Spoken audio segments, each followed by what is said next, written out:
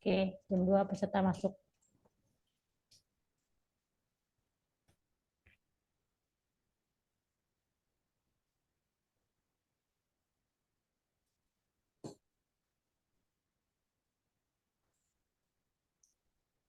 Selamat siang Bapak Ibu, perkenalkan saya Nurma, MC dalam kegiatan webinar siang kali ini. Kita masih menunggu peserta lainnya yang akan hadir bersama kita. Mohon bersabar dahulu. Acara akan kita mulai sebentar lagi.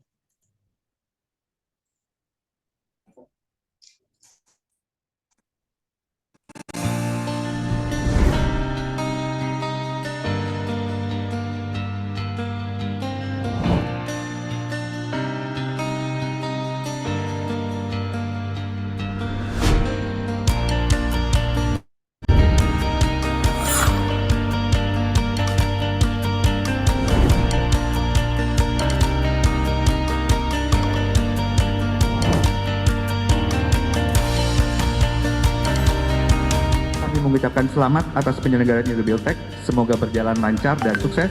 Apresiasi dan terima kasih yang setinggi-tingginya yang telah mendukung dan berkontribusi terselenggaranya acara ini. Besar harapan saya acara ini dapat berjalan lancar sehingga memberikan manfaat untuk kita semua. Dan kita akan bersama untuk menghitung bersama 5, 4, 3, 2, 1.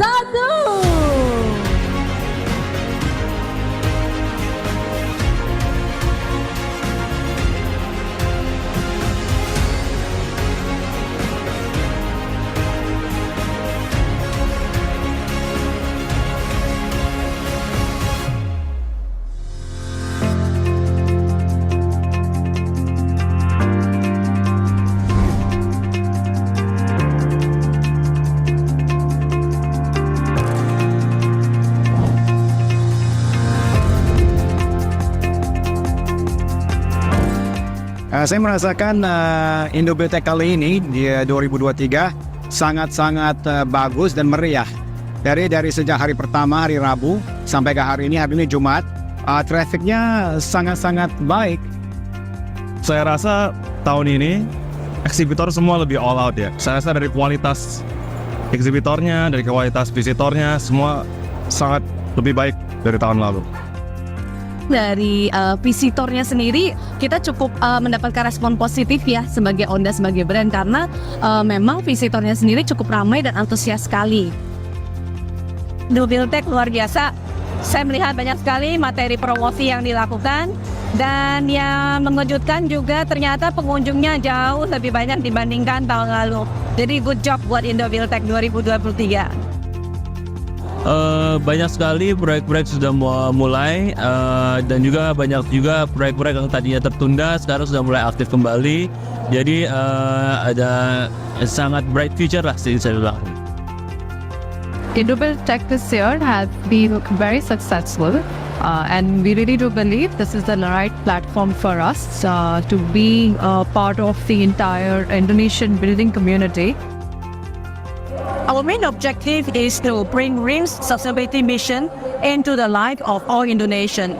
With IBT's help, we are able to reach out to a wider group of people in Indonesia, providing them a greater degree of good.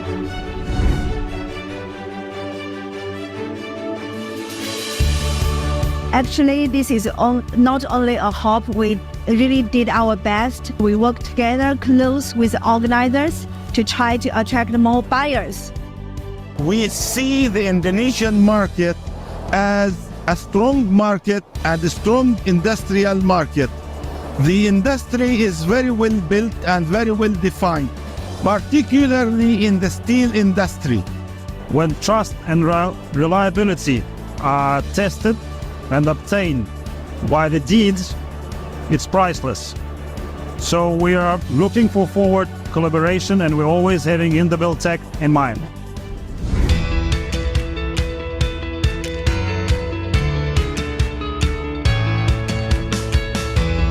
penyelenggaraan NIFEST tahun ini saya lihat lebih meriah ya. Jadi banyak instalasi yang lebih terkurasi gitu, dan sepertinya excitementnya orang-orang jadi lebih bertambah karena desainnya lebih well thought gitu. Sebagai kita desainer juga kita merasa sangat honored untuk diundang ke NIFEST ini. Kita juga senang banget bisa kontribusi sebagai biro arsitek. Nah, kita juga punya opportunity buat memperkenalkan company kita ke banyak orang di Indonesia.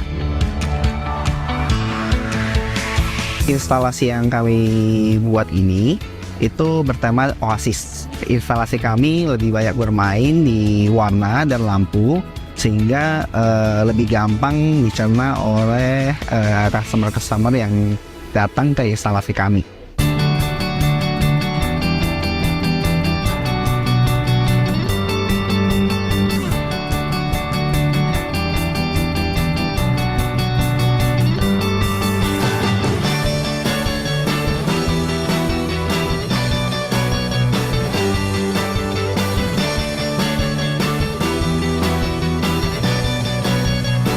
IndoBuildTech 2023 seperti tiap tahun ya, saya pikir semakin tahun semakin berkembang. Nggak cuma tentang material, tapi juga ada talk show, pembicara. Terus tadi saya lihat juga ada mahasiswa ya, ada karya-karyanya.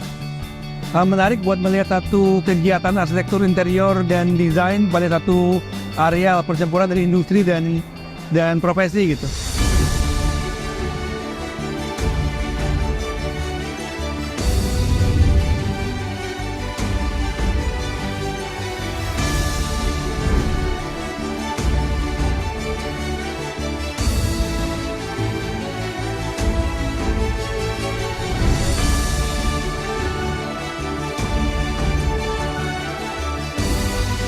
Thank you everyone. See you on the next. See you on the next. See you on the next. See you on the next. See you at the next. See you in the next. See you on the next.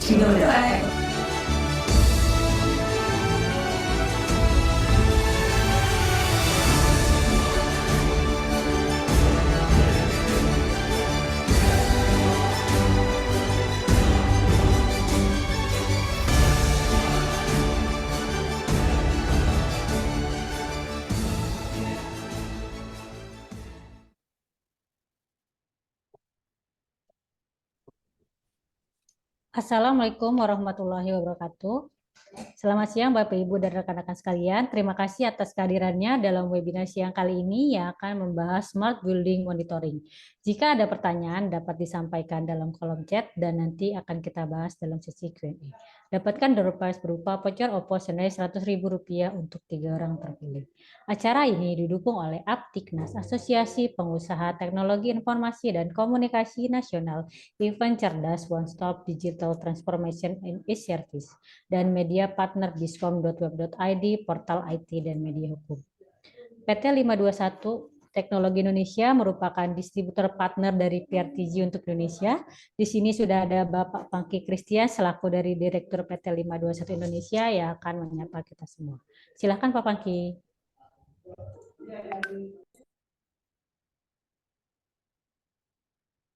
Terima kasih sekali bisa hadir dalam kesempatan pada siang kali ini. Dan tadi kalau tadi teman-teman mengikuti video yang tadi ditampilkan, nanti itu adalah video kegiatan IndoBuildTech. Ya, kenapa kami tampilkan video kegiatan IndoBuildTech? Karena kita juga kembali akan hadir di IndoBuildTech di minggu depan, tanggal 29 November sampai dengan 2 Desember di J-Expo Kemayoran. Ya, jadi yang sebelumnya di bulan Juli itu diadakannya di cukup jauh ya di ICB, jadi mungkin banyak yang nggak bisa ke sana. Tapi besok dilakukannya di J-Expo, jadi harusnya teman-teman terutama yang di Jakarta bisa visit ke sana dengan mudah ya, ke Kemayoran ya, ke lokasi yang biasanya dilakukan untuk berbagai pameran di sana.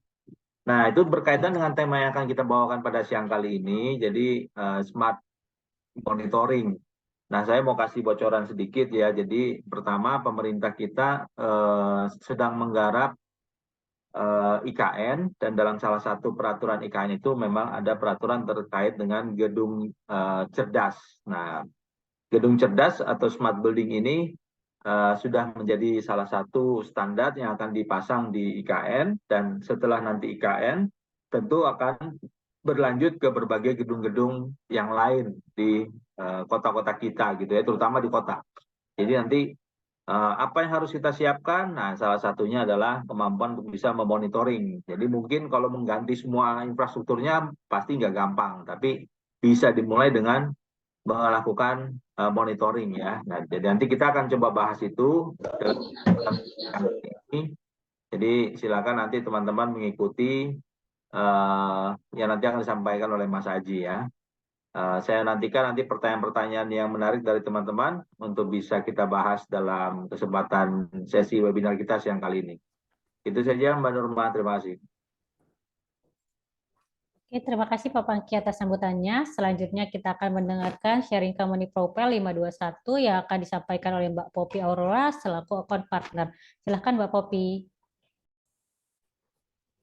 Baik, terima kasih kesempatannya Mbak Nurma. Perkenalkan lagi, saya Poppy sebagai account partnership dari 521. Izinkan saya untuk nge-share sedikit ya terkait company profile kami. Semenjak tahun 2005, para founder perusahaan kami ini telah terlibat dalam berbagai produk monitoring system. Dan semenjak tahun 2009 juga sudah menangani produk dari Chrysler, yaitu PRTG Network Monitoring. Dengan akhirnya di tahun 2022 mendirikan perusahaan yaitu PT 521 Teknologi Indonesia. Dan di tahun 2023 juga sudah mulai menghandle produk UV Explorer dan ekosistem PRTG lainnya. Di sini kami menggunakan marketing strategi di mana dari segi harga kami sangat terbuka sehingga mudah dipahami oleh customer-customer maupun partner-partner kita yang ada. Kemudian fokus kami di sini adalah melakukan promosi di mana talenta juga menjadi fokus utama kami agar semakin banyak orang dapat menggunakan produk PRTG ini. Dan ini adalah tim kami selaku Direktur ada Pak Pangki Christian dan saya sendiri sebagai account partnership dan Pak Aji sebagai tim support kami. Di kegiatan kami ini kami juga melakukan banyak edukasi di mana tujuan kami juga agar banyak partner-partner yang akan mendapat keuntungan seperti itu. Di sini kami juga akan membantu dalam proses order license hanya dalam hitungan jam. Sebagai partner, Anda juga mendapatkan benefit seperti kemudahan harga, kemudahan dalam training, dan support. Dan kami juga dapat membantu jika dibutuhkan dalam proses marketing ketika menghadapi customer, itu bisa berupa POC maupun coaching clinic.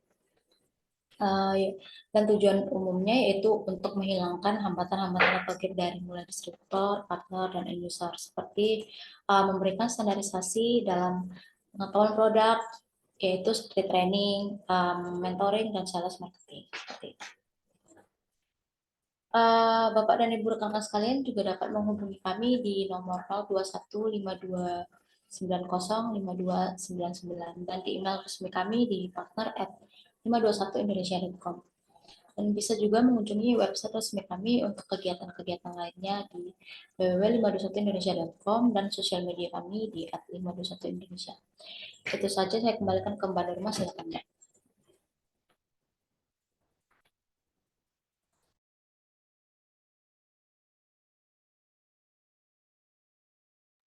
Oke, terima kasih Mbak Poppy atas sharing company profile-nya. Selanjutnya kita akan masuk dalam sesi presentasi yang akan disampaikan oleh Mas Aji. Untuk waktu dan screen-nya saya persilakan. Oke, terima kasih Mbak Nurma atas waktu dan kesempatannya. Selamat siang menjelang sore Bapak-Bapak dan Ibu-Ibu peserta webinar pada hari ini. Saya akan langsung aja untuk mempersingkat waktu untuk webinar pada siang hari ini. Kita akan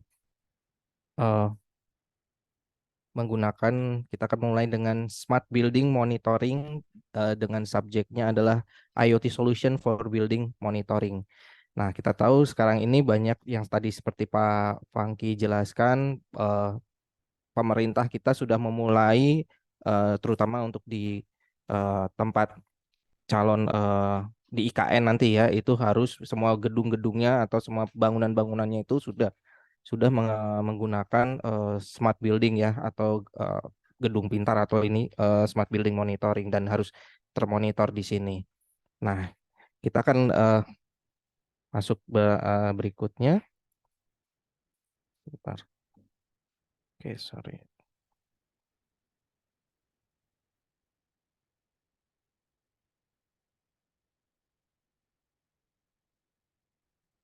Ya, untuk preface-nya kan saya skip karena ini adalah hanya bagian awal saja, hanya untuk definisi dari monitoring itu sendiri.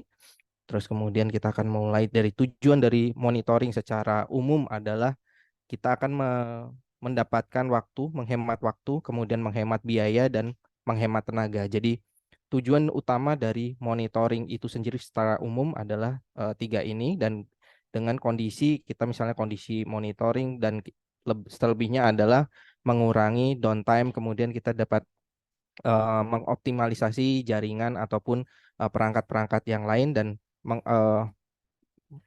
mengoptimalisasikan juga untuk availability dari service-service yang ada di sini.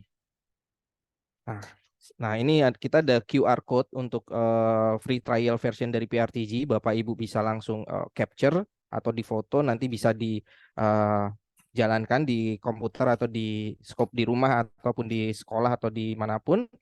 Nah, ini cukup Bapak scan, nanti akan diikutin aja tahap-tahapnya. Di sana ada untuk mendapatkan filenya.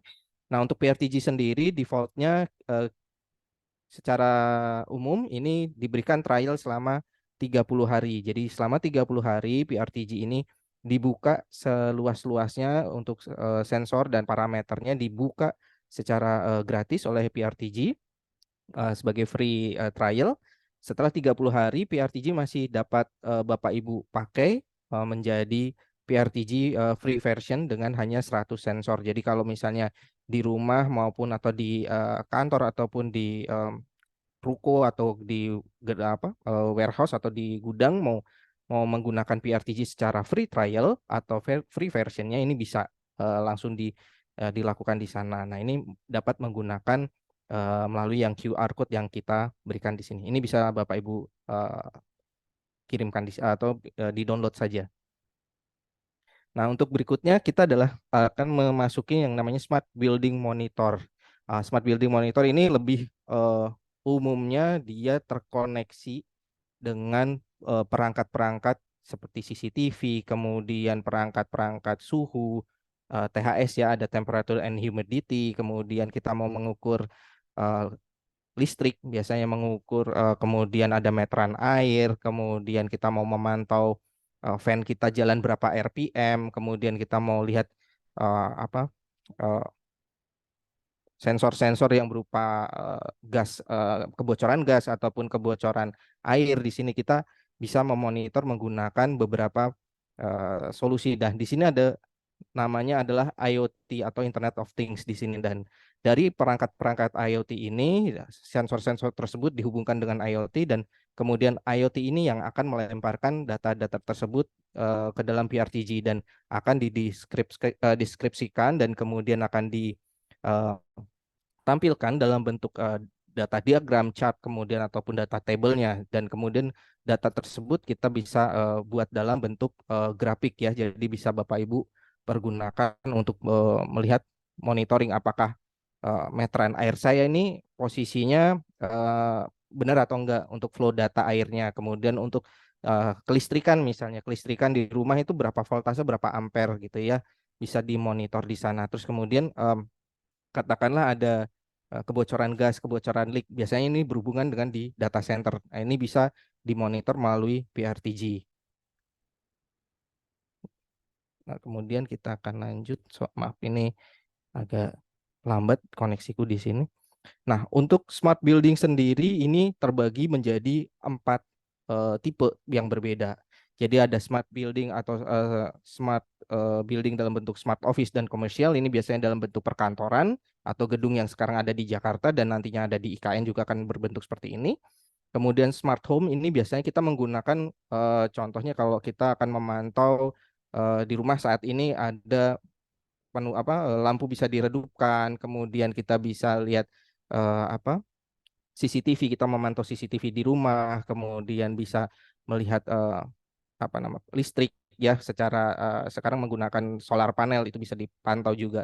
Nah, kemudian ada smart workplace. Nah, smart workplace ini biasanya kita berada di perkantoran-perkantoran, misalnya kayak di Soho atau smart home office gitu ya, ataupun kemudian ada kita punya ruangan bekerja sendiri yang kita mau lihat ada begitu masuk ada terdeteksi kita ada posisi di mana.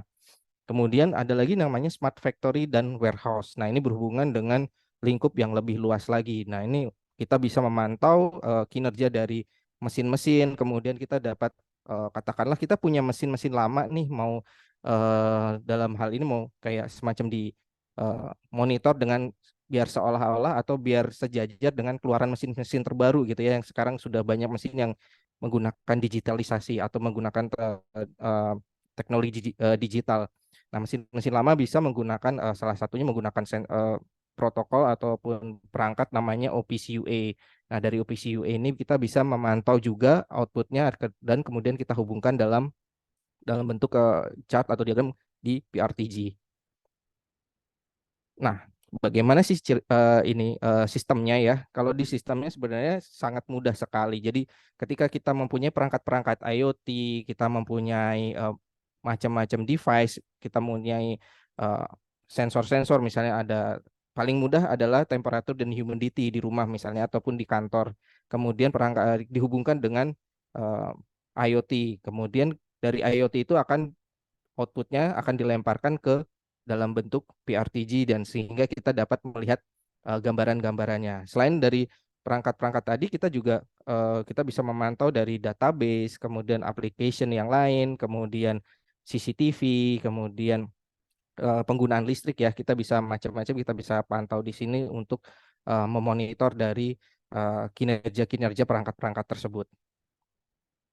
Nah, menggunakan protokol apa saja sih sebenarnya kalau di dunia IoT ini atau kita untuk mendukung smart building ini monitoring, kita menggunakan sebenarnya ada 5. Di sini ada MQTT, Modbus TCP, SNMP, kemudian ping dan STTPS. Nah, pada siang hari ini akan saya mencoba sedikit membahas menggunakan MQTT ya, karena banyak sekali yang device IoT kita ini sudah mempunyai atau support dengan MQTT. Nah, paling mudah adalah kita kalau hanya menggunakan ping, kita akan melihat availability dari si perangkat IoT tersebut. Tetapi dengan menggunakan MQTT, kita bisa melihat data-data apa saja sih yang akan kita dapatkan di sini, gitu ya. Jadi kalau untuk Modbus TCP dan SNMP ini akan hampir sama kinerjanya. Tetapi untuk MQTT ini akan ada sedikit spesialisasi atau ada sedikit effort yang harus kita jalankan di sana karena dia prinsipnya dia harus memerlukan namanya broker ya. Jadi dia ada sebuah mesin yang namanya broker sehingga dia harus terinstall di sana. Gitu. Kita akan lihat berikutnya. Ini kita akan membahas sedikit mengenai MQTT protokol. Nanti untuk pertanyaan-pertanyaan terkait MQTT terutama boleh langsung nanti diinformasikan melalui kolom chat ataupun nanti kita akan buka open mic untuk pertanyaan-pertanyaan ya.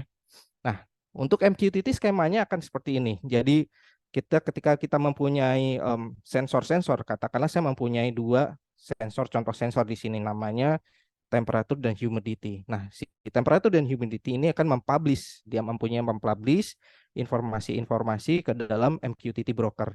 Nah, kemudian MQTT broker akan melemparkan dalam bentuk data dan akan ditangkap oleh katakanlah dalam bentuk komputer yang akan kita sajikan data tersebut. Nah, di sini di MQTT atau Message Queuing Telemetry Transport itu mempunyai 4 komponen utama. Pertama publisher, subscriber, broker, dan topik. Nah, untuk publisher sendiri ini sebenarnya adalah dia perangkat-perangkat yang dapat dikonfigurasikan dan mengirimkan pesan. Jadi dia hanya mengirimkan pesan yang berisikan data. Kemudian untuk subscriber ini perangkat atau sistem yang dapat dikonfigurasikan dan dia hanya menerima 1 atau lebih dari topik tertentu. Nah, sedangkan untuk broker yang tengah ini dia adalah server yang menjadi pusat dari semuanya yang mentransmisikan keputusan atau informasi-informasi yang dipublikasikan ke server atau ke perangkat yang bertanggung jawab untuk menyimpannya. Nah, sedangkan apa sih topik itu terakhir kayaknya ada topik di sini ya. Nah, topik di sini adalah cara mengkategorikan jenis yang akan dipakai. Misalnya kita akan mengkategorikan dalam bentuk temperatur, makanya pesan yang akan dikirimkan adalah pesan yang diberi taggingan dalam bentuk temperatur gitu ya. Nah, untuk MQTT sendiri, untuk cara membacanya saya menggunakan, Bapak Ibu sebenarnya bisa menggunakan atau download menggunakan versi Windows. Saya menggunakan versi Windows, yakni MQTT untuk Mosquito untuk brokernya atau Hive MQ. Nah, saya menggunakan versi Mosquito. Jadi kalau untuk Mosquito, Bapak Ibu tinggal download melalui Google ya, tinggal search aja, ini gratis juga, filenya cukup kecil. Kemudian sudah tersedia dalam bentuk Windows, versi Windows, karena dia aslinya ini adalah open source. Jadi dia versinya untuk Linux, kemudian Raspi, kemudian untuk open source yang lain. Nah, untuk yang versi Windows sudah bisa dilakukan. Kemudian cukup hanya mengkonfigurasikan port yang kita buka hanya port tertentu. Jadi hanya 2 port saja. Di sini kita hanya mengkonfigurasikan 2 port 1883 ini sebagai defaultnya. Kemudian untuk port 9001 untuk port untuk soket berikutnya. Nah, selebihnya kita hanya mengaktifkan untuk untuk filenya dalam bentuk MQTT. Nah, kemudian kita bisa langsung jalankan broker tersebut sebagai service di Windows. Nah, kita akan dapatkan sebagai contoh yang digambar di sini. Nanti kalau Bapak Ibu nyoba di rumah atau nyoba di kantor, terus ada kesulitan, nggak apa-apa. Nanti informasikan, kemudian via email atau melalui chat atau pernah melakukan, kita dapat konsultasi di sini. Nah, setelah kita jalankan, kemudian jangan lupa kita harus download salah satu toolsnya lagi, namanya adalah MQTT Explorer. Nah, di sini kita ada MQTT Explorer, kita akan download. Ini juga bisa di-download secara gratis. Nah, kita bisa, setelah tadi kita menjalankan MQTT-nya sebagai service, kemudian kita jalankan tools berikutnya. Nah, toolsnya ini fungsinya sebagai apa ya? Ini adalah kita akan menarik data JSON-nya. Kita akan menarik data JSON-nya karena data-data yang bisa kita ambil ini ada beberapa macam. Nah, kita akan ambil dalam bentuk JSON. Nah, dari sini kita akan lihat ada name, kemudian ada protokol, ada host, kemudian ada port di sini, terus kemudian ada username dan password. Kalau saya sih paling simpel, username dan password saya blankkan, jadi as default adalah protokol, host, dan port. Itu aja. Kemudian kita tinggal connect. Nah, setelah kita connect, kita akan mendapatkan informasi-informasi yang banyak sekali. Di sini ada dari mulai informasi dari MQTT-nya itu sendiri, melalui broker, uptime, segala macam. Nah, kemudian ada di bagian paling bawah itu ada namanya semacam folder PRTG, dan kemudian kita bisa lihat di round trip-nya di sana. Nah, untuk topiknya yang tadi ada, kita kan tadi bahas ada subscriber, publisher, dan topik. Nah, ini adalah topik yang di bagian bawah. Di sini ada namanya topik PRTG/round trip/ dan ini. Masing-masing perangkat akan berbeda-beda. Jadi tergantung dari keluarannya. Nah, kemudian data yang disajikan adalah ada data raw, kemudian XML, dan JSON. Untuk data di beberapa perangkat kami ini paling mudah mengambilnya menggunakan JSON. Jadi akan lebih mudah. Nanti akan sedikit banyak akan aku coba demokan secara live. Jadi nanti Bapak Ibu bisa lihat di sini. Nah, data-data ini atau informasi ini kita tinggal copy paste-kan atau copy paste-kan ke PRTG nantinya. Nah, nanti bagaimana kita akan pelan-pelan melihat di sini. Nah, itu tadi posisinya adalah sebagai Mosquito dan MQTT Explorer. Nah, di sisi PRTG kita akan mengaktifkan yang namanya menambahkan sensor bernama MQTT. Di PRTG sendiri, ketika kita menambahkan sensor, Bapak Ibu cukup ketik kanannya MQTT. Nah, di sana akan terdapat 3. Ada MQTT round trip, statistik, dan subscribe custom. Nah, perlu diingat, di antara 3 ini, 2 ini mempunyai performance impact yang medium. 1 dia hanya sebagai informasi saja. Tapi kalau yang MQTT statistik dan subscribe ini mempunyai performance impact yang medium. Karena apa? Karena dia mengambil data tektokan. Jadi tag ambil ya. Jadi cukup akan ada sedikit respon atau data yang akan diambil atau resource yang akan diperlukan di sana. Nah, kita akan membutuhkan yang namanya MQTT subscribe custom karena kita akan mengambil dari device IoT yang tadi. Nah, ketika kita mengambil, kita di sini akan ditanyakan topik dan JSON path-nya.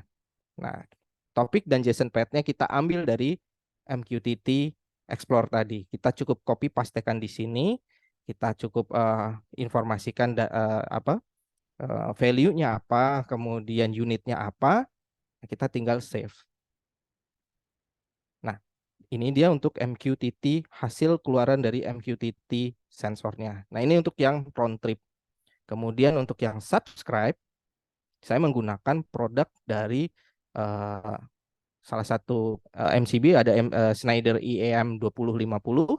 Saya akan mengambil data berupa berapa sih ampernya, berapa sih voltasenya, berapa kWh-nya yang sudah jalan. Gitu ya. Jadi yang sudah terpantau di sini, data-datanya sudah bisa saya ambil.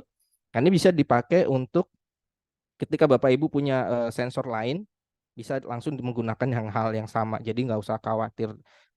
Ini kan untuk katakanlah Pak Aji kan pakai menggunakan hanya untuk Schneider. Nah, misalnya Bapak Ibu punya produk lain, monggo silahkan bisa dicoba dengan teknik yang sama, gitu ya. Nah, kemudian untuk berikutnya,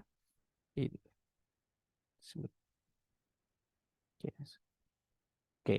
Nah, ini kemudian kita bisa setelah sensor-sensor tadi kita bisa bentuk, kita bisa buatkan dalam bentuk map dan dashboardnya. Jadi ketika kita punya IoT, kita tinggal bisa membentuk dalam bentuk temperature and humidity, kemudian penggunaan listriknya kita bisa customize di sini. Karena di PRTG sendiri sebenarnya untuk map dan dashboardnya adalah pertama kali adalah dia punya dua file utama, dua konfigurasi map, yakni Magic dengan satu lagi yang default. Tapi kita bisa customize, bisa kita create karena drag and drop saja kalau di PRTG. Nah, untuk sampel dashboardnya sendiri ini ada beberapa yang sudah bisa kita create, katakanlah ini bisa di dalam bentuk produk lain ataupun mau dilemparkan dalam bentuk aplikasi lain, katakanlah di sini ini bisa dimunculkan. Nah, kemudian bagaimana dengan sampel reportnya atau reportnya seperti apa sih? Nah, untuk di PRTG sendiri reportnya adalah secara template dia mempunyai 3 varian atau 3 template utama, katakanlah di sini ada chart atau dia berupa grafik dan table, dan kemudian hanya grafik saja dan table saja. Nah, ini bisa dipakai untuk untuk keperluan masing-masing ya. Jadi misalnya kalau untuk tim manajemen, ketika saya hanya perlu laporannya, katakanlah laporan dari meteran listrik gitu ya, atau penggunaan dari meteran air. Sekarang kan meteran air juga ada menggunakan IoT. Nah, itu bisa saya kalau tim manajemen paling gampang atau paling seneng mereka lihat dalam bentuk grafik naik turun naik turun naik turun. Tapi biasanya untuk tim analitik grafik itu tidak akan mempresentasikan keinginan mereka.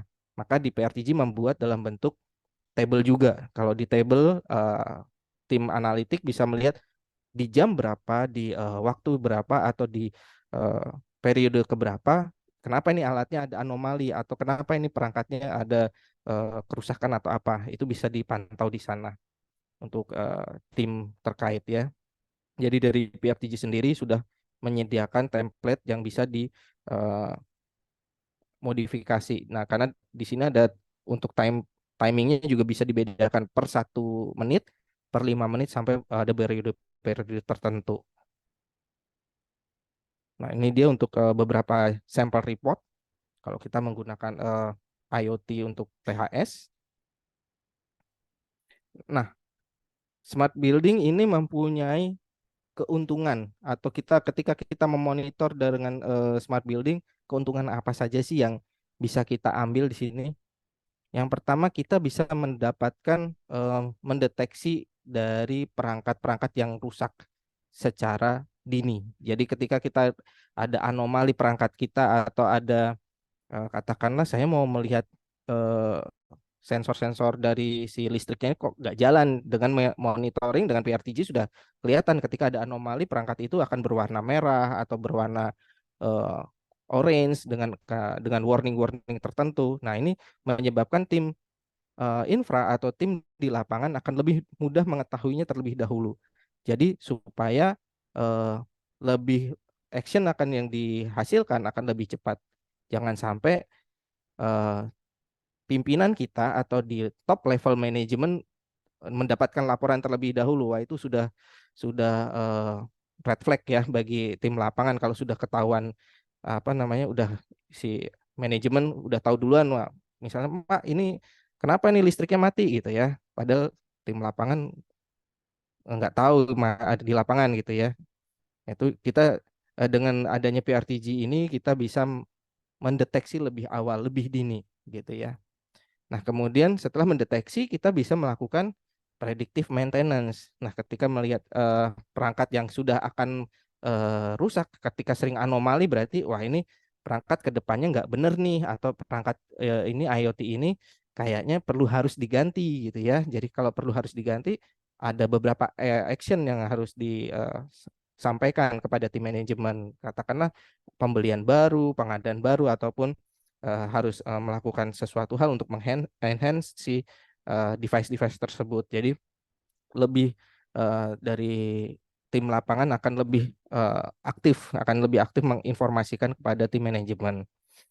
Nah, kemudian dengan adanya perangkat yang kondisinya fit, kondisinya sehat, pastinya dia akan menghasilkan penghematan dari segi resources. Nah, ini adalah resources dari berupa tenaga, kemudian biaya, kemudian penggunaan konsumsi energi yang ada. Katakanlah kalau semacam perangkat IoT ini rusak atau sudah mendekati rusak kan dia listriknya jadi naik turun ya, jadi nggak jelas, jadi konsumsi energinya akan tersedot banyak.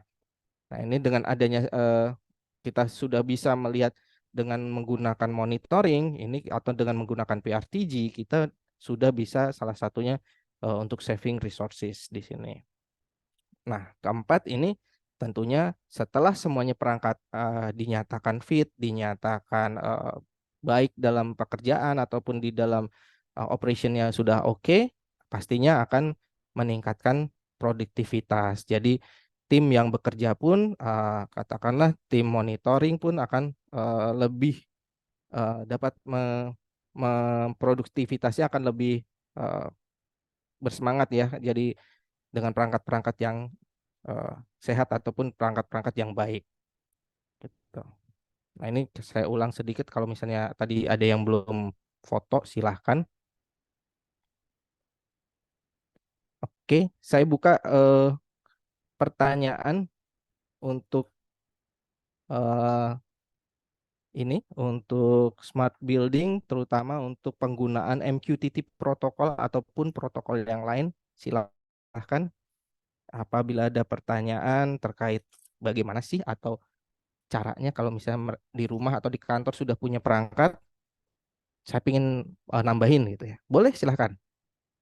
Mbak Nurmah, boleh Mbak dibantu? Oke, udah ada nih Mas pertanyaan dari Mbak Nita Taniati Kurniawan. Halo Pak, mau tanya. Saya pakai IoT, humidity, dan pengukuran suhu tubuh untuk cara monitoringnya. Apakah sama persis sama dengan monitoring service server?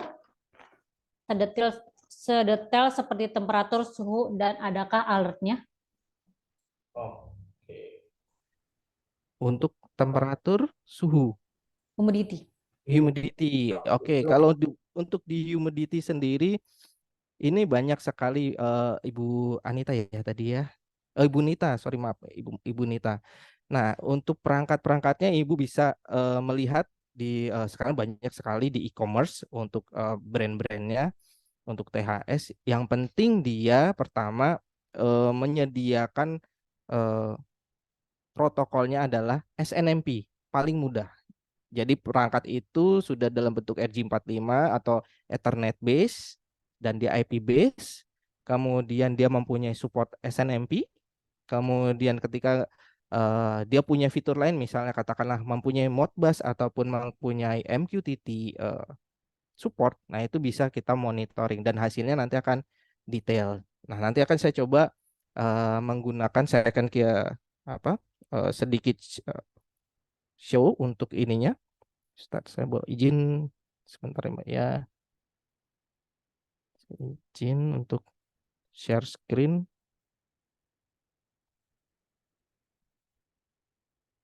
Oke. Ini saya mempunyai PRTG dengan saya sudah koneksikan ke beberapa perangkat IoT. Nah, untuk perangkat-perangkat IoT-nya ini bisa versi OEM ataupun versi yang branded di e-commerce banyak sekali. Saya menggunakan ini juga, saya menggunakan versi yang free ya Bapak Ibu. Jadi no worries ketika Bapak Ibu harus ini ya gitu ya. Nah, ini contohnya saya menggunakan perangkat-perangkat IoT di sini. Saya ada beberapa yang OEM ataupun produk-produk non branded, dengan ada yang menggunakan dengan branded. Di sini ada beberapa yang branded adalah HKCP, dan ini ada beberapa yang non branded. Nah, kemudian tadi ada pertanyaan mengenai suhu. Di sini saya mempunyai yang branded. Di sini saya menggunakan mengukur suhu di ruangan. Ini kebetulan saya ada satu open space di atas, ada ruangan. Saya bisa melihat saat ini suhunya adalah 27 derajat dengan maksimum kemarin 38 ketika AC-nya dimatikan ya. Dan kemudian untuk humidity-nya pun sudah dapat kita pantau.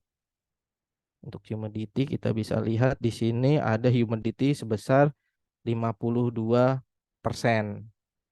Nah, ini untuk yang versi SNMP. Kita bisa lihat dari versi SNMP. Nah, bagaimana kalau tadi saya membahas di depan adalah membahas mengenai MQTT. Saya menggunakan produk tadi menggunakan Schneider IEM 2050.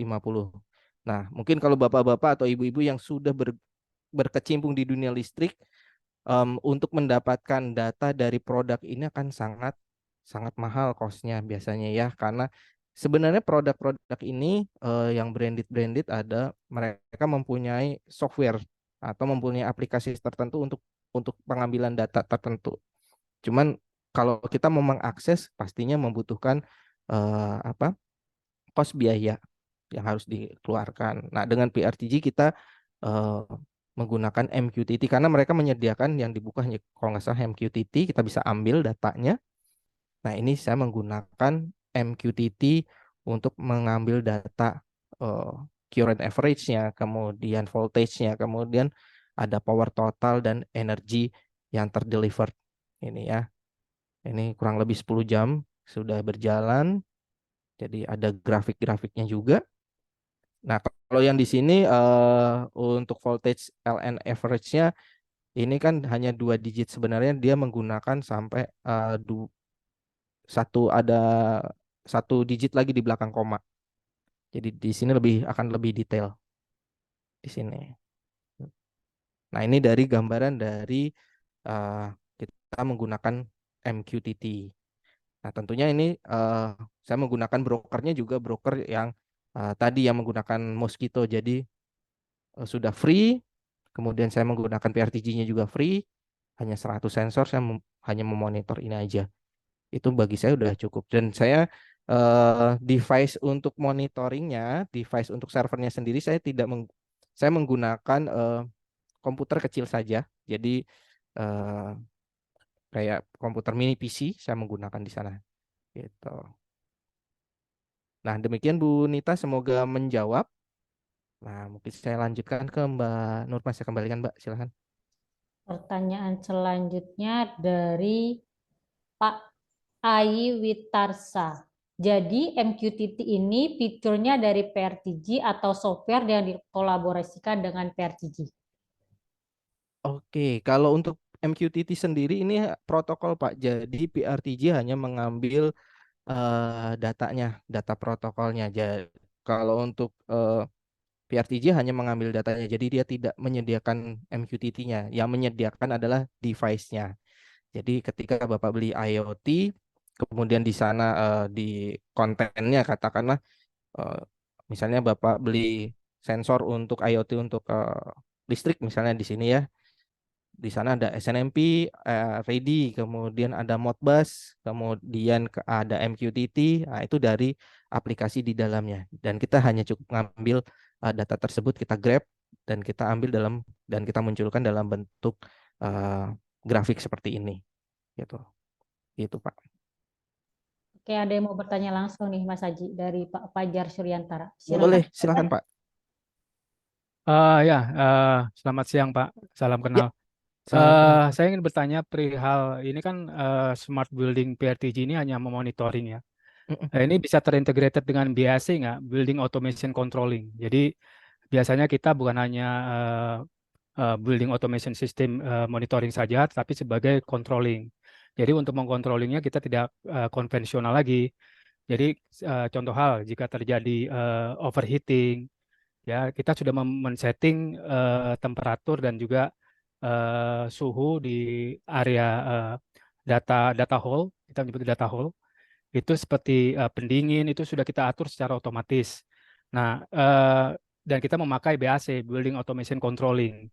Nah, yang jadi pertanyaan saya ini terjadi complicated nggak antara BAC yang existing yang sudah kita pasang dan kita memakai building monitoring system PRTG yang Bapak miliki, terutama untuk sensor-sensornya seperti itu Pak. Satu.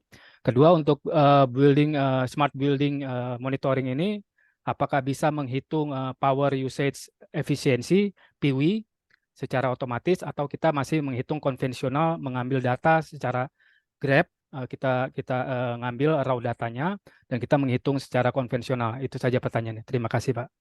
Oke. Baik sekali Pak ini pertanyaannya. Nah, untuk pertanyaan pertama kan saya jawab demikian Pak. Untuk PRTG ini SOW-nya atau scope of work-nya adalah dia sebagai monitoring. Tentunya saat ini kalau misalnya Bapak sudah mempunyai BAC misalnya ini Bapak sih tetap menggunakan karena itu ketika ada anomali suhu katakanlah atau anomali terhadap humidity misal panas atau apa, pastinya dia akan langsung ada tindakan action dari perangkat tersebut secara otomatis. Nah, PRTG di sini hanya memberikan informasi untuk monitoring. Ketika dia memberikan ada anomali ataupun ada perangkat yang mengalami anomali atau rusak ataupun mengalami suhu tinggi katakanlah yang dia tangkap, dia akan mengirimkan notifikasi Pak. Notifikasi berupa katakanlah dia menjalankan bunyi buzzer gitu ya dalam bentuk aplikasi HTTPS ya tadi yang saya bilang. Dia akan menjalankan execute sebuah aplikasi HTTPS untuk buzzer bunyi ataupun dalam bentuk rotary lamp gitu ya. Terus kemudian untuk notifikasi berikutnya PRTG defaultnya ketika ada anomali adalah ada via email. Tapi kemudian bisa dalam bentuk Telegram, kemudian Slack, kemudian Microsoft Teams, yang terakhir kalau Bapak biasanya saya menggunakan WhatsApp, pastinya PRTG juga bisa outputkan dalam WhatsApp, tetapi harus ada effort, yakni ada middleware di tengahnya untuk melemparkan informasi tersebut. Nah, tadi pertanyaannya yang apakah PRTG nanti akan mengontrol BAC yang ada saat ini? Saya jawab tidak, karena PRTG di sini posisinya adalah dia hanya memantau, memberikan monitoring atau dia hanya melihat. Jadi katakanlah dalam bentuk mensimplify dalam bentuk dashboard yang ada. Jadi kita tidak SOW-nya yang satu adalah dia sudah support sebagai controller untuk si IoT ini. Nah itu dia Pak. Jadi Bapak nggak perlu khawatir misalnya kalau misalnya saya install PRTG nanti clash dengan si katakanlah yang saat ini existing. Enggak. Karena kita hanya untuk PRTG scope of work-nya adalah dia memonitor saja dan memberikan informasi ketika kita bisa setting parameter disesuaikan yang sistem yang ada sebelumnya. Misalnya biasanya katakanlah di temperatur katakanlah ada misalnya kita punya mesin kemudian temperaturnya lebih dari 50 derajat, mesin itu kan mesti akan ada alarm ya. Ya kita samakan. Di PRTG juga bisa.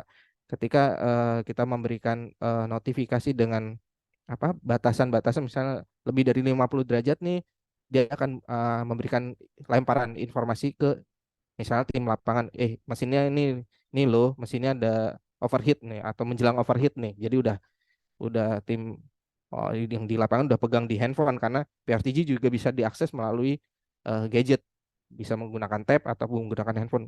Jadi udah tahu duluan, udah lari duluan melakukan action gitu.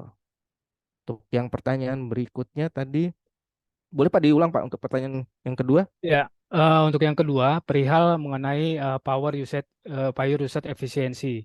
Biasanya kami kan untuk laporan bulanan ke klien itu kan menampilkan power usage efisiensi standar yang sudah diberikan sama klien. Nah, apakah smart building ini bisa memberikan hitungan secara otomatis untuk PW di building kami jika sistem ini dipasang, atau kita masih menghitung secara konvensional, mengambil raw data dari sistem PRTG Bapak, seperti itu. Oke, kalau ini bisa dipakai sebenarnya ada dua model sih Pak. Jadi Bapak di PRTG menyediakan apa namanya log datanya, itu raw data, Bapak bisa ambil dan kemudian diolah dalam bentuk lain atau dalam Bapak menggunakan API-nya. Jadi di PRTG ini ada mempunyai API, kemudian Bapak bisa olah dalam bentuk output, misalnya di lokasi di kantor Bapak katakanlah punya aplikasi untuk menampilkan data-datanya. Itu bisa dua macam, atau mau di-download secara log data, itu bisa Pak. Jadi tetap kalau di PRTG dia tidak bisa langsung kalkulasi otomatis misalnya usage-nya sekian, tapi dia akan menampilkan seperti yang digambar ini, misalnya pemakaiannya berapa, kemudian yang sesuai yang dia tangkap dari protokol yang dia si device listriknya itu menyediakan apa. Katakanlah ini dari data dari MQTT, dia mengambil data tinggal ini. Itu aja sih Pak. Itu Pak, semoga membantu. Confirm. Terima kasih Pak. Ya, mungkin Pak boleh dibuka lagi, ada pertanyaan barangkali. Silakan Bapak Ibu yang mau bertanya secara langsung, saya persilakan. Ya ada Mas Ayi nih, silakan Mas Ayi. Ya, selamat siang Pak Ya, Haji. Ya Pak Ayi, silakan Pak. Ya, mungkin menyambung dari yang tadi yang saya tanyakan, ini kan terkait dengan software, terkait dengan lisensinya ini per device atau per node Pak? Maksudnya per node itu misalkan dalam satu komputer kan ada RAM, ada CPU, ada apa, itu dalam satu device terbaca semua, atau di apa memonitor node per node lisensinya itu gitu Pak. Oke, saya akan bantu Pak Ayi untuk menjawabnya. Untuk di PRTG ini dia menggunakan sistem licensing per sensor Pak. Jadi katakanlah gini, Bapak punya dalam satu komputer atau satu notebook itu ada beberapa sensor gitu ya. Nah ini saya contohkan di sini, saya menggunakan notebook. Nah di sini ada ping, uptime, ini dihitungnya sensor Pak, dihitungnya sensor. Nah jadi ketika Bapak tadi screenshot QR-nya, Bapak download aplikasinya, ketika Bapak install, Bapak langsung mendapatkan free unlimited selama 30 hari. Selama 30 hari Bapak bisa jalankan, itu biasanya sampai 1.000-3.000 sensor. Jadi ini banyak sekali Pak. Jadi di jaringan misalnya di komputer Bapak katakanlah itu ya.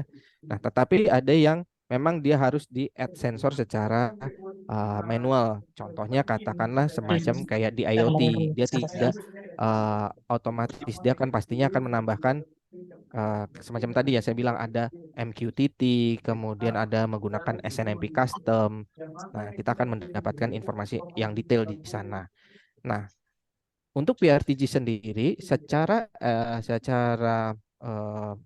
ekonomis atau secara yang berbayarnya itu start dari license 500. Jadi nanti ada PRTG 500, kemudian naik PRTG 1000, kemudian 2000, 2500, 5000 dan kemudian XL1. XL1 ini tingkatannya di 10.000 sensor. Jadi misalkan saat ini saya cuman butuhnya kurang dari hanya 100 katakanlah, atau kurang dari 100. Bapak cukup, Pak Yi cukup aja install aja yang free duluan gitu ya. Dicoba dulu gitu ya.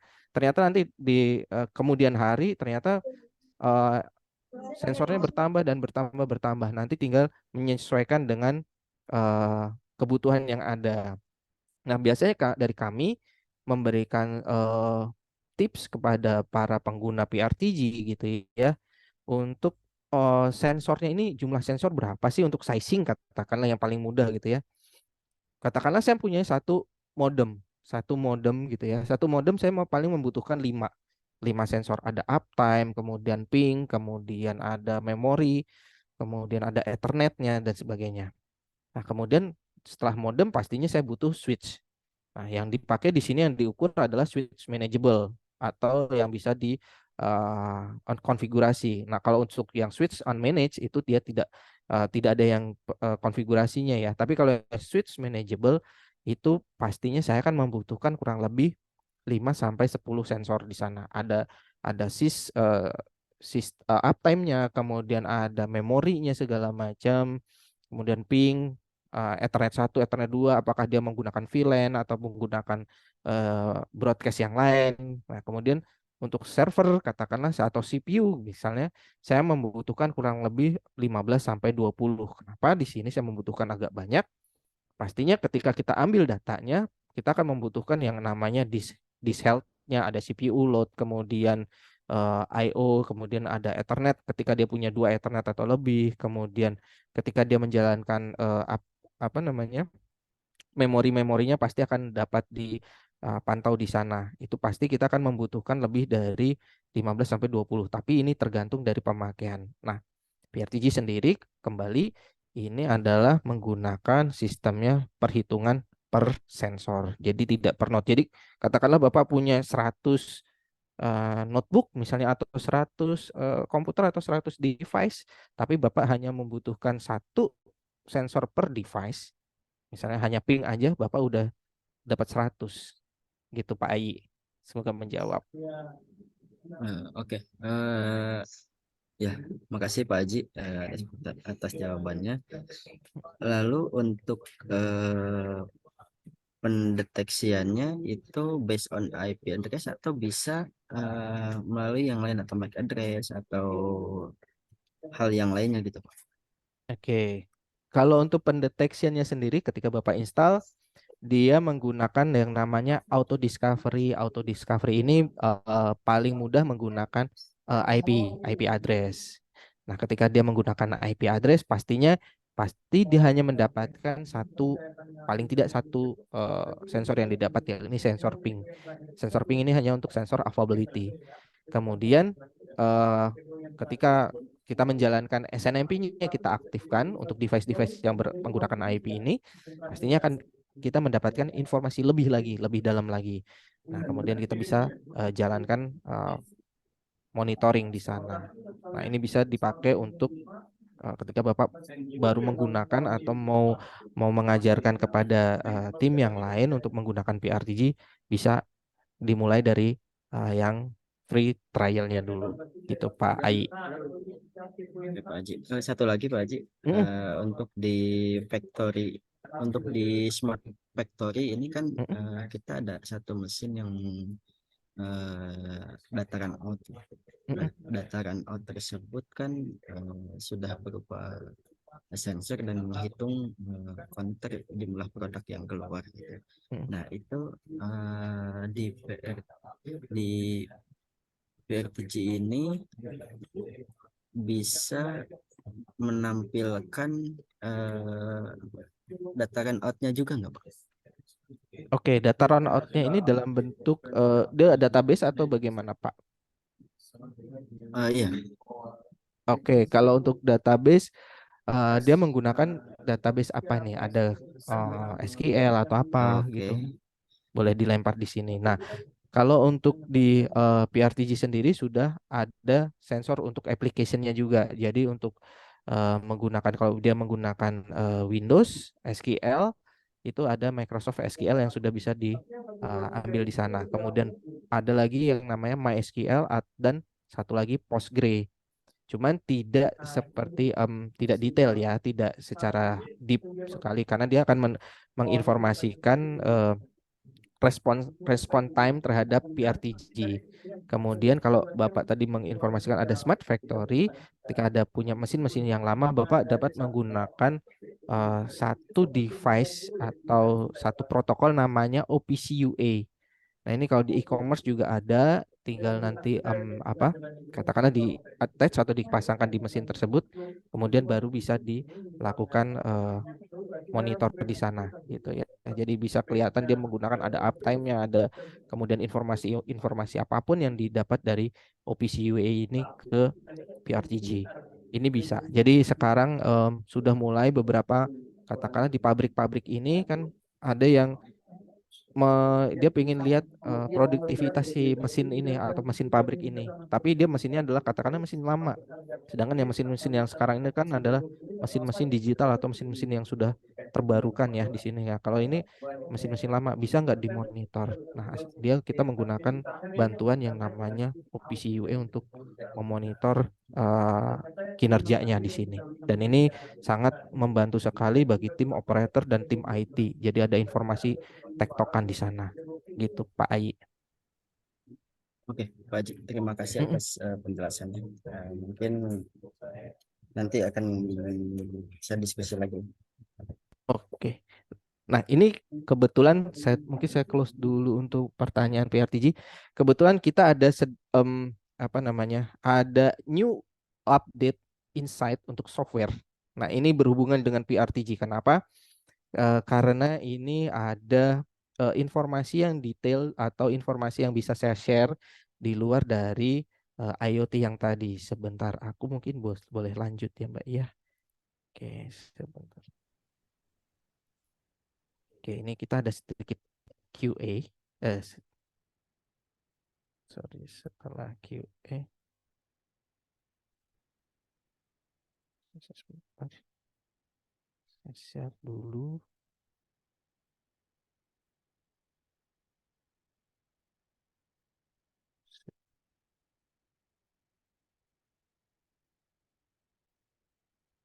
Oke, kita ada namanya New Product Insight. Jadi di sini saya akan sedikit memperkenalkan karena produk ini juga katakanlah belum ada di Indonesia, dan kita akan segera meluncurkan produk ini. Nama produk tersebut adalah Cyber Monitor dari Huacom System Incorporate dari Taiwan. Nah, ini aplikasi ini dia top of dari PRTG. Jadi PRTG di dalamnya sebagai core-nya, kemudian si Cyber Monitor ini ada di dalam di luarnya sebagai pembungkus, dan kemudian dia memberikan informasi-informasi yakni beberapa terkait mungkin dari aset, nanti akan berhubungan dengan aset, berhubungan dengan backup, berhubungan dengan version yang ada gitu ya. Nah, nanti ini dia sudah mengantongi sertifikasi, yakni sertifikasi ISO 27001 berisikan information security, dan 27701 berupa privacy management. Nah, ini dua sertifikat yang wajib dimiliki ketika kita berhubungan untuk mengkolek data ya dari sini. Nah, ini mereka menginformasikan untuk netbook performance adalah produktivitas. Jadi kalau dari root cause-nya yang ada itu biasanya dari misconfiguration, kemudian overload bandwidth, cyber attack, kemudian failure ketika kita menempatkan Wi-Fi atau wireless ya, kemudian VLAN issue kalau kita punya VLAN, kemudian hardware broken, katakanlah kabelnya coak atau apa, atau rusak, atau colokannya nggak bener, listriknya colokan listriknya nggak bener, kemudian connectingin networknya RJ45-nya atau Cat5-nya itu atau Cat6-nya ini ternyata putus atau ketekuk ya di sini. Nah, itu akan mempengaruhi dari produktivitas. Nah ini dia untuk Cyber Monitor Network Management System ini kita bisa melihat informasi apa saja sih dari fault manajemennya, kemudian configuration-nya, kemudian nantinya ada accounting management, performance, dan security management. Nah ini top of dari atasnya ini layer berikutnya dia akan memonitor apa yang di bawahnya. Ada network, ada OS-nya, storage, sama seperti dengan PRTG karena memang dia core base-nya adalah dari data PRTG. Gitu. Nah ini adalah role of cyber monitornya. Nah ini ada SOW-nya atau scope of work-nya. Dia user friendly, kemudian dia saya bilang tadi on the top of PRTG dengan beberapa fiturnya, kemudian banyak sekali informasi, ada device inventory management karena di PRTG sendiri hanya memonitor SOW-nya adalah atau scope of work-nya adalah monitoring. Tapi di sini kita bisa melihat inventory datanya, configuration, kemudian script management, kemudian report schedule berupa settingan, kemudian dashboardnya pun sangat friendly dan nanti bisa di skalanya pun bisa diperluas di sini. Nah ini untuk device inventory-nya, jadi data yang atau informasi sensor atau device yang sudah tertangkap atau diambil dari PRTG akan dimunculkan di inventory ini. Nanti akan ada sedikit highlight contohnya ya, saya akan sedikit memberikan contohnya. Kemudian ini ada configuration version backup. Jadi ketika kita punya perangkat network, katakanlah Cisco punya network backup-annya ya, ada file backup-nya. Nah, dia bisa memberikan informasi bahwa ada versi 1, versi 2, ketika ada new version-nya dia akan seperti apa gitu ya untuk config backup-nya. Kemudian nah ini untuk configuration management ketika kita mau melakukan editing di script di network misalnya atau di network device, katakanlah di switch. Nah, kita tinggal memberikan script network, kemudian kita lemparkan ke cyber monitor dan nanti dia akan jalan. Nah, kemudian misalnya ada comparison, perbedaan ketika yang versi lama configuration-nya apa ketemu dengan konfigurasi yang baru, dia akan memberikan difference-nya dalam bentuk perbedaan warna bahwa ini versi 1, ini versi 2. Nah, ini dia kita bisa menggunakan script management. Kemudian ini ada provision history-nya juga ketika dia berhasil atau tidak, ada sukses, kemudian ada fail di sini. Nah, dia ada juga report schedule-nya. Dia ada asset report, configuration, backup, atau ada alarm report misalnya, alarm report-nya. Bisa kita ambil di sini, bisa lihat. Kemudian query-nya bisa kita download.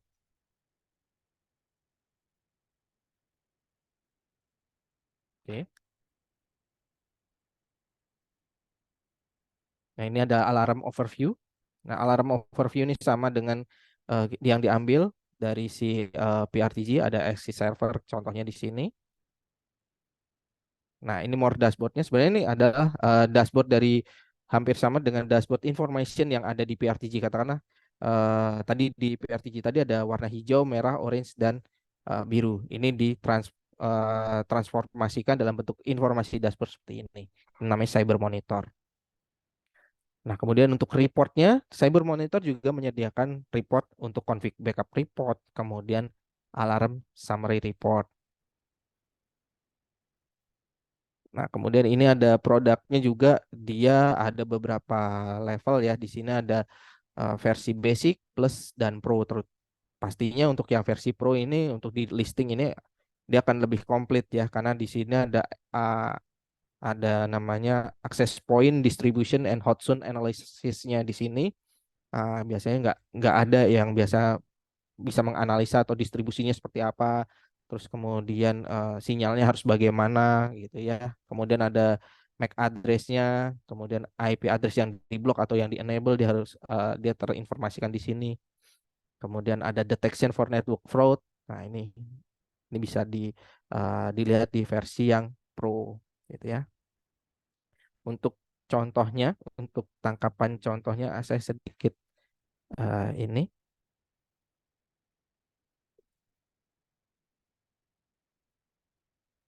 Oke, saya share untuk yang versi. Sorry, saya buka dulu. Oh, oke. Wait.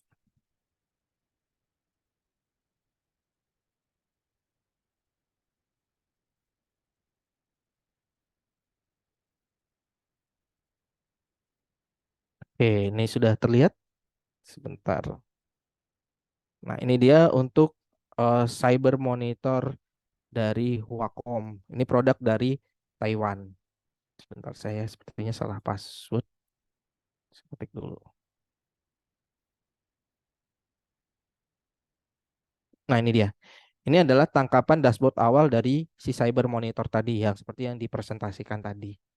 Nah, bagaimana sih bentuk device monitoringnya atau device inventory-nya seperti apa? Ini dia jalankan Rubik.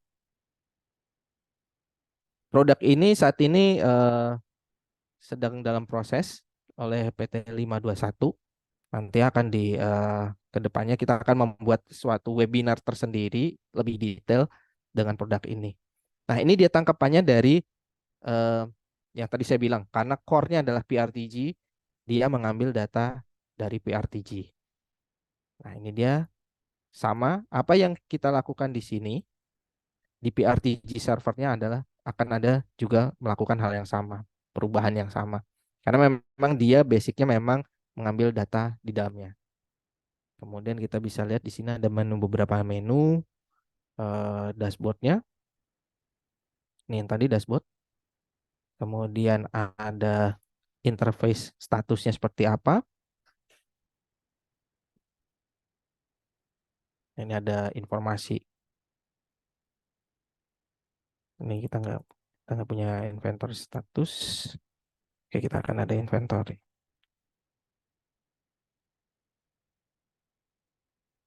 Nah, ini kita bisa melihat di sini kita punya inventory. Jadi kita daripada ngetik satu-satu ya, informasinya apa saja, kita bisa lihat di sini detailnya.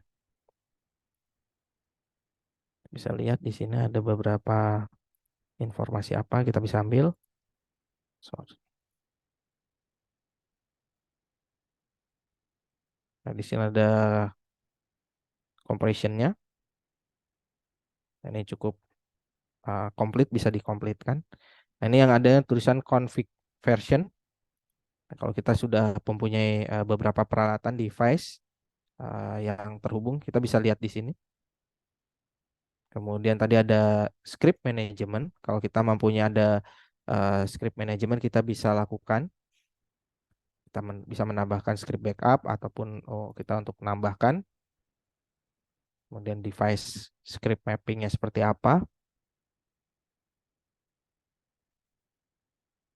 Nah, pastinya untuk yang informasi yang lebih lengkap, nantinya pasti kita akan menghadirkan dari prinsipal dari Wacom untuk mempresentasikan yang lebih detail. Karena yang versi yang akan lanjut, yang versi yang lebih lengkap lagi, dia sampai membuat sebuah topologi.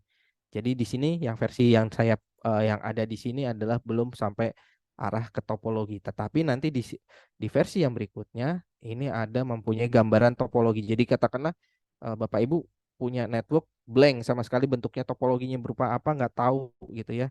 Dengan Wacom Cyber Monitor ini dia akan membuatkan diagram topologinya. Misalnya si switch-nya kemana, ada klien-klien dan lainnya atau server kemana, itu ada di sini. Dan kemudian ada versi untuk melihat access point WiFi gitu ya, penempatan WiFi, apakah ini benar atau salah gitu ya. Ada konfigurasi yang yang harus dibetulkan atau yang perlu di enhance itu bisa dilakukan di cyber monitor ini gitu. Nah, sedikit ini adalah insight perkenalan dari produk dari Wacom Taiwan untuk cyber monitor NMS di sini. Gitu Bapak Ibu. Nah, sekiranya ada pertanyaan lanjutan dari bahan pada siang hari ini, boleh kembali saya buka pertanyaannya Mbak Nurma, kalau mungkin ada pertanyaan silahkan. Masih ada nih Mas lanjutan pertanyaan dari yang tadi. Dari Mbak Magi Vera Indika. Untuk pengecekan traffic saat dicek pada live data di sisi kiri traffic itu ada kilobyte atau Mbps penggunaan jaringan pelanggan. Apakah bisa disesuaikan dengan maksimal jumlah layanan yang digunakan oleh pelanggan? Sorry, boleh diulang, Mbak?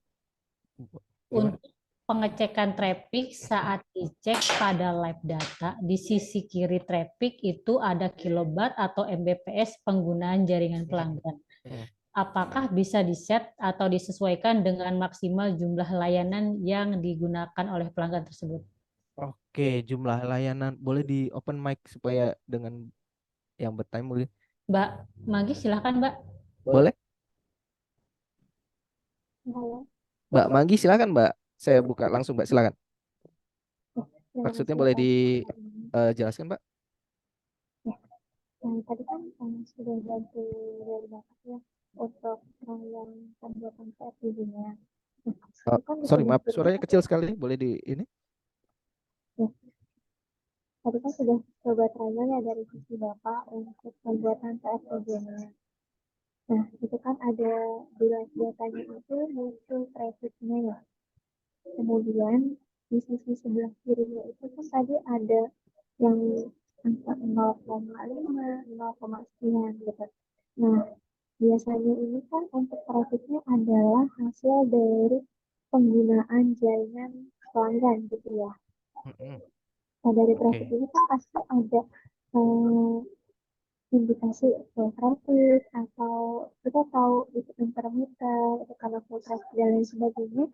Di sisi kirinya itu bisa tidak bisa misalnya dari 10.000 kilobyte, 20.000 kilobyte, atau disesuaikan layanannya. Misal pelanggan A layanannya 30 Mbps untuk bandwidthnya, itu bisa tidak disetting misalnya dari 5.000, 10.000, 15.000, 20 gitu, atau memang sudah disesuaikan dengan PRTG-nya sendiri gitu. Oke, kalau untuk default dari PRTG seperti yang langsung ditangkap di device-nya Mbak ya, biasanya menggunakan yang versi yang Mbps. Tapi kalau menggunakan yang kilobyte atau yang kbps itu juga bisa dilakukan di sana, ada di bagian setting atau di bagian setting nanti di bagian paling bawah. Ini saya ada mungkin ada sedikit sebentar saya ambil dulu ya datanya.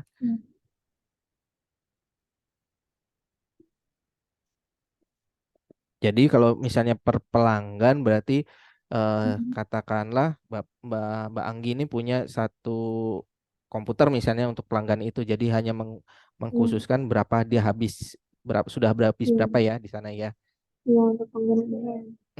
Oke, jadi saya sedikit share di sini sebentar.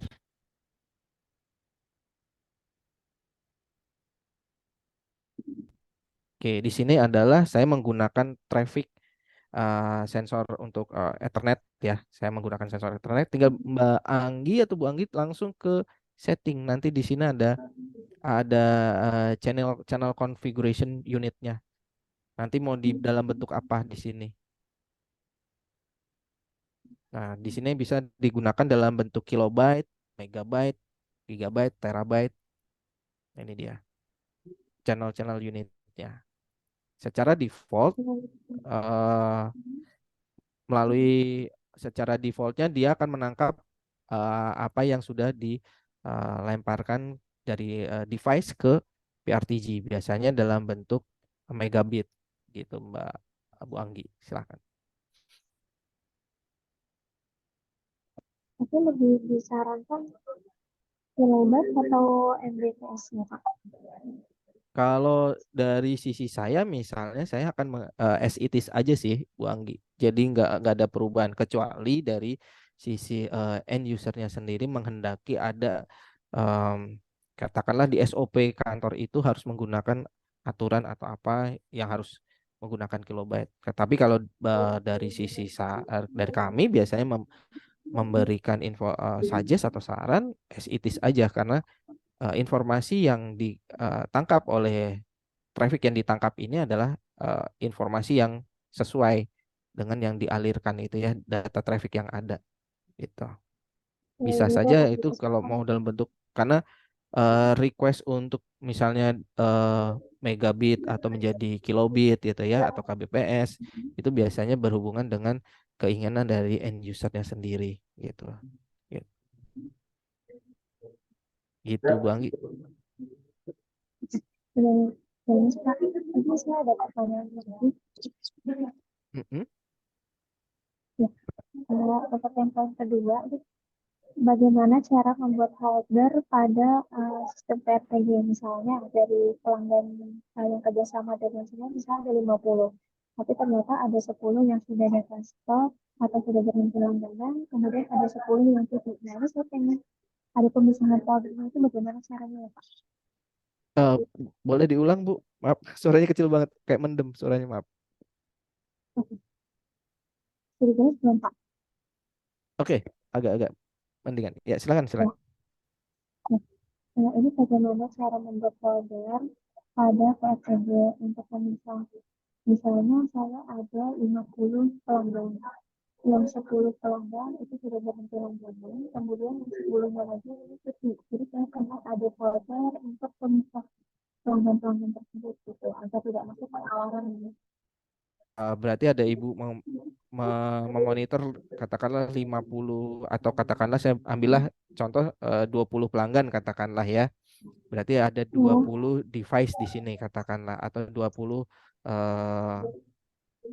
informasi yang di sini. Nah, gampang sekali ketika ada 20 atau 10 pelanggan yang sudah tidak berlangganan, pastinya dia tidak melakukan kegiatan atau traffic tidak ada. Dalam artian bisa atau komputer itu mati ataupun dia akan berwarna merah, Bu. Yang membedakan dia hanya berwarna merah. Kalau berwarna merah itu ada dua kemungkinan. Dia tidak mendapatkan jaringan atau dari segi hardware atau device-nya dalam kondisi off atau mati. Itu. Jadi kalau yang untuk pembuatan foldernya sendiri itu bagaimana ya Pak? Jadi gimana? misalnya yang tadinya muncul 20 sensor jadi berkurang 10 gitu yang muncul di alarmnya. Jadi di PRTG sendiri apakah bisa dibuatkan folder-folder yang disesuaikan dengan kondisi pelanggannya gitu. Kalau cuti saya pengen pindahin sensor itu ke folder cuti. Jadi supaya alarm itu tidak muncul gitu. Apakah bisa? Oh, kalau pemindahan seperti itu di PRTG tidak sampai demikian Ibu. Jadi Ibu harus memindahkan secara manual ya. Jadi bisa menggunakan dari fungsi manajemen di sini. Jadi bisa dikelompokkan. Jadi bisa dikelompokkan mana saja yang mau dipindah-pindahkan. Ini kan bisa di drag and drop. Jadi katakanlah saya mempunyai komputer A atau apa bisa saya pindah-pindahkan. Itu. Jadi untuk pembuatan folder kemungkinan untuk pemisahan itu di settingan manajemennya ya? Iya, di manajemen. Di sini manajemen. Jadi paling dia hanya memindahkan posisinya. Jadi dikelompokkan siapa yang Ibu membuatkan yang katakanlah grup yang sudah off atau ininya tinggal dikelompokkan. Gitu. Tapi kalau menurut saya sih mendingan as it is sih Bu. Jadi Ibu juga tidak ada effort. Jadi kalau misalnya pelanggan yang sudah ini kan dia langsung kondisinya di sininya kan merah warnanya sudah terlihat. Nanti tinggal katakanlah yang sudah merah kan berarti dia tidak ada kegiatan apapun gitu. Tapi meskipun ada beberapa perusahaan yang dimana kalau merah itu memang kondisi perangkat di lokasi pelanggan mati gitu ya. Gitu. Memang semua tapi ada kemungkinan makanya sebaiknya mungkin saya lebih setuju dengan pemilihan tadi ya di bagian grup ya manajemen. Oh Jadi itu di grup paling ada sedikit effort sih Bu untuk seperti hal itu sih. Cuman bisa Ibu ini aja untuk detail seperti itu, untuk use case seperti itu Ibu bisa langsung kirim ke email ke kami. Nanti akan kita diskusikan untuk step atau tipsnya bagaimana gitu. Iya, Pak. Oke, Udah di jelas, sini ini ada pertanyaan kembali boleh? gimana Bu? Maaf, Ada pertanyaan lagi boleh? suaranya cukup kecil sih. Boleh? Ada pertanyaan tambahan apakah boleh, Pak? Boleh, silahkan. Oke, terima kasih. Jadi misalnya nih untuk pelanggan ini kan saya ambil ada yang bekerja atau standby di office hour, kemudian ada juga yang di luar office hour. Jadi kayak misalnya toko-toko itu kan bisa dari jam 8 pagi misalnya sampai dengan jam 10 malam misalnya. Nah, untuk yang di office hour ini bisa tidak satu pelanggan misalnya dia hanya aktif, kita udah tahu nih, oh dia nggak aktif dari jam 8 sampai dengan jam 5 misalnya. Nah, nanti di post itu bisa tidak? Jadi nanti untuk sensornya tidak akan merah di atas jam tersebut misal. Jadi langsung otomatis post based schedule dikarenakan disesuaikan dengan jadwal perangkat itu digunakan. Apakah bisa? Oh, by scheduler ya. Kalau by scheduler bisa kalau untuk on off-nya itu berdasarkan dari device-nya sih Bu.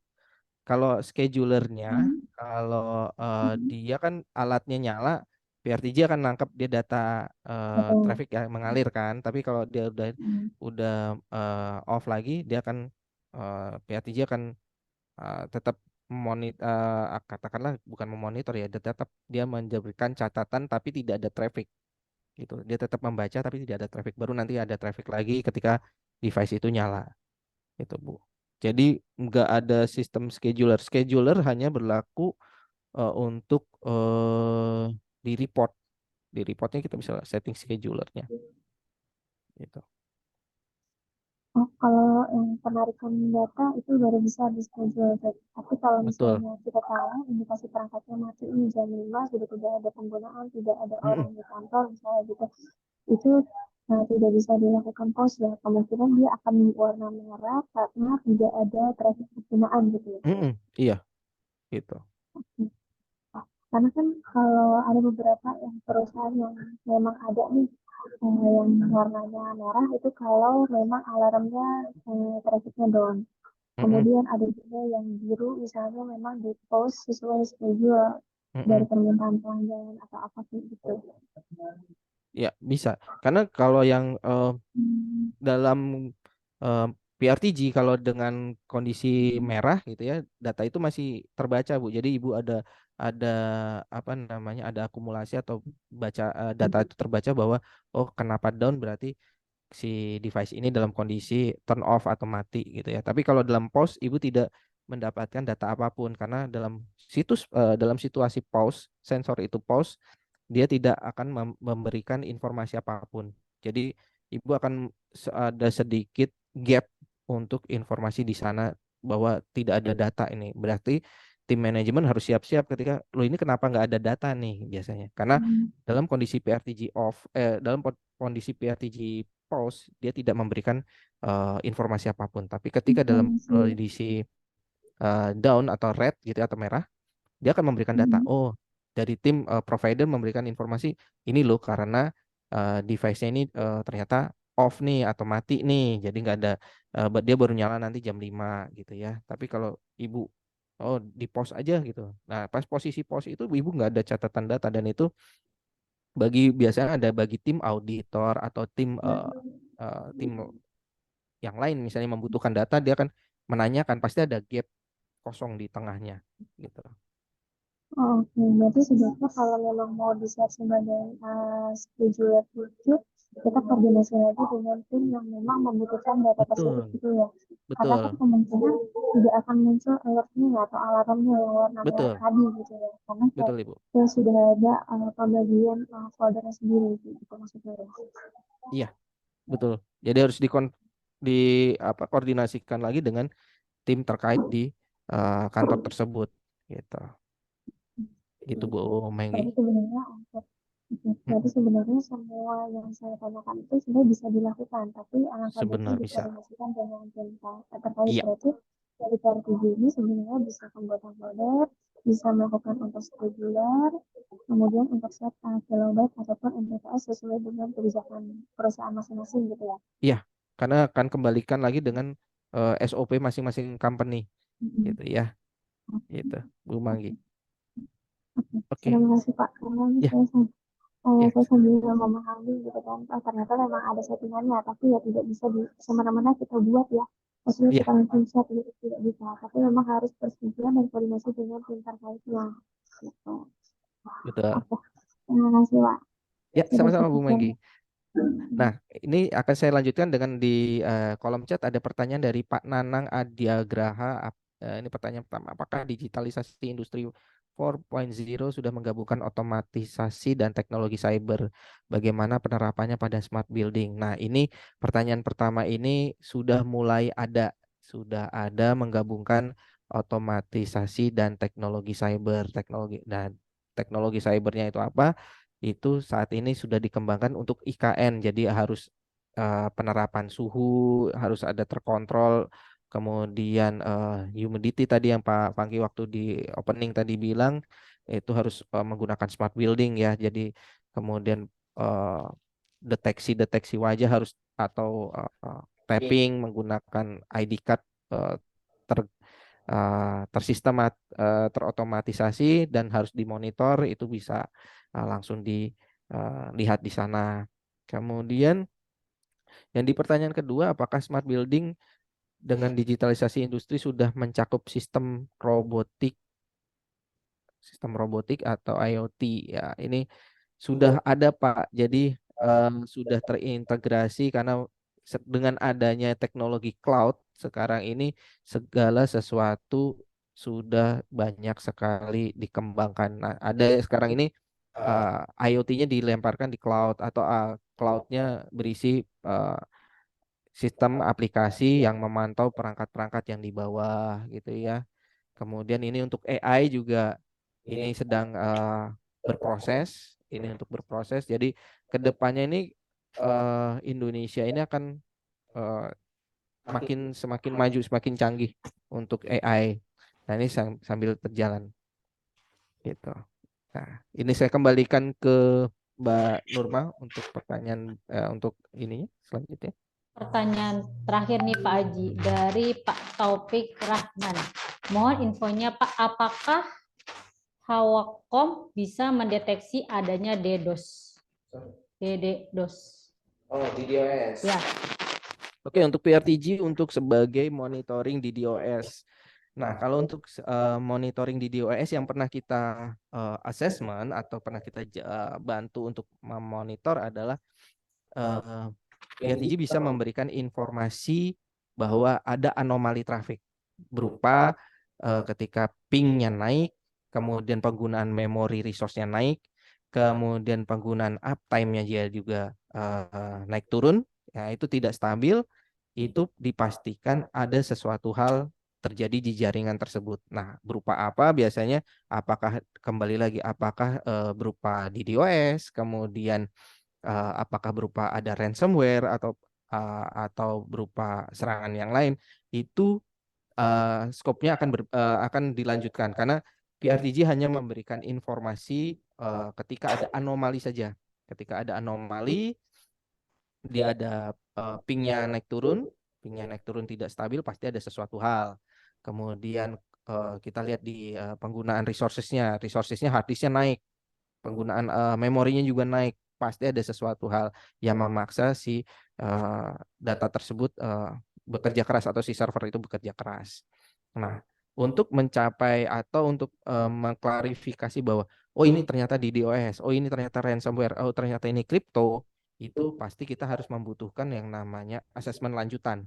Asesmen lanjutan ini berarti si device yang sudah kita curigai untuk ternyata ini penyebabnya, kita bisa isolasi terlebih dahulu, kita bisa pengecekan lebih dalam, ternyata ada apa. Nah, ini seperti yang kasus yang pernah kita alami, pernah kita bantu beberapa klien di sini. Nah, ketika dia mengeluhkan ada jaringannya dia lambat. Ketika ada jaringannya lambat, kemudian ternyata setelah dideteksi ada sebuah server yang mengalami trafficnya anomali, jadi di atas normal atau di atas ketidakbiasaan biasanya di situ. Dari mulai ping, yang paling mudah adalah ping, kemudian traffic yang lain, Ethernetnya, kemudian uptime, kemudian penggunaan memorinya. Nah, kemudian dari situ diisolasi, kemudian kita lihat lebih dalam lagi dan ditemukan adanya aplikasi yang tidak diizinkan di kantor tersebut untuk dijalankan. Jadi untuk mencapai informasi bahwa ini disebabkan DDoS ya, itu pasti ada lanjutannya, karena PRTG scope of work-nya adalah dia memonitor. Dia tidak bisa atau tidak memberikan justifikasi bahwa ini lu lambat karena si A atau DDoS ataupun ransom dan sebagainya. Gitu. Itu Mbak Nurma, saya kembalikan. Oke, terima kasih Pak Haji. Baik Bapak Ibu, terima kasih atas pertanyaan yang sudah masuk. Sebelum saya mengumumkan 3 orang terpilih pemenang voucher OPPO, kita akan foto bersama-sama terlebih dahulu dan nanti dilanjutkan dengan mendengarkan closing statement dari Pak Haji dan Pak Pangki. Mohon untuk dapat menyalakan kameranya.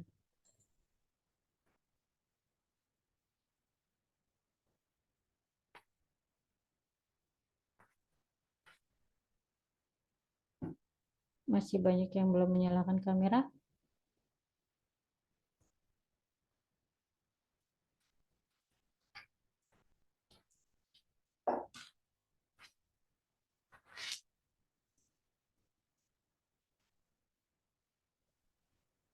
Ayo, nyalakan kamera.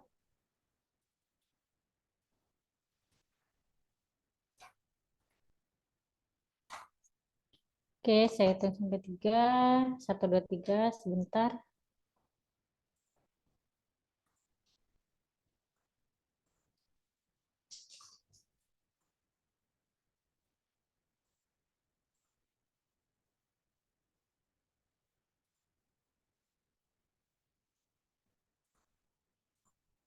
Oke, silahkan Pak Pangki mau menyampaikan statement terlebih dahulu. Ya, jadi pertama terima kasih ya, tentu karena sampai sore ini teman-teman masih semua semangat untuk mengikuti sesi kita Smart Building Monitoring, dan tadi juga sempat disampaikan ada satu produk baru yang sebetulnya juga itu produk bagian dari pengembangan PRTG yang dilakukan oleh salah satu partner kami, dan kita akan bawa produk itu untuk Indonesia. Jadi silakan tetap ikuti terus kegiatan kita, nanti kita akan coba buat satu sesi webinar khusus untuk produk itu ya. Nah, kemudian jangan lupa tanggal 29 sampai dengan 2 Desember kami ada di Indobultech. Saya nantikan kehadiran teman-teman di J Expo untuk bisa melihat bagaimana real implementasi penggunaan atau use case dari Smart Building Monitoring di sana dengan menggunakan PRTG dan juga produk-produk yang sensor base ya, yang nanti bisa dipasang di gedung-gedung kita. Terima kasih kebersamaannya. Saya kembalikan ke Mbak Nurma. Oke, selanjutnya kita mendengarkan dari Pak Haji. Oke, terima kasih Mbak Nurma. Terima kasih Bapak Ibu yang sudah berkenan mendengarkan webinar pada siang sampai sore hari ini. Terima kasih, dan jangan lupa untuk mencoba PRTG ini menggunakan download tadi, yang link tadi yang sudah di capture apabila ini, kemudian bisa diotak-atik, kemudian nanti apabila ada pertanyaan bisa mengirimkan pertanyaan-pertanyaan tersebut di link yang sudah diberikan di pendaftaran. Tadi ada pendaftaran, mungkin ada link emailnya di sana. Sekian, terima kasih Mbak Nurma, saya kembalikan. Oke, saya akan mengumumkan 3 orang terpilih pemenang voucher OPPO. Yang pertama, Mas Ayi Witarsa. Ada Mas Ayi? Ada. Selamat ya, Mas. Ya, terima kasih. Selanjutnya Pak Fajar Suryantara, ada Pak Fajar Suryantara? Pak Fajar. Yang terakhir Pak Taufik Rahmat, ada Pak Taufik Rahmat? Pak Taufik. Ada, Bu. Selamat ya, Pak. Selamat kepada 3 orang pemenang voucher OPPO. Nanti akan kami hubungi setelah acara ini selesai. Terima kasih Bapak Ibu atas partisipasinya. Terima kasih Pak Haji. Terima kasih Pak Fangki. Wabillahi taufiq wal hidayah. Wassalamualaikum warahmatullahi wabarakatuh. Terima kasih semuanya. Sampai jumpa. Terima kasih semuanya. Sampai jumpa. Waalaikumsalam. Waalaikumsalam. Terima kasih. Sampai jumpa.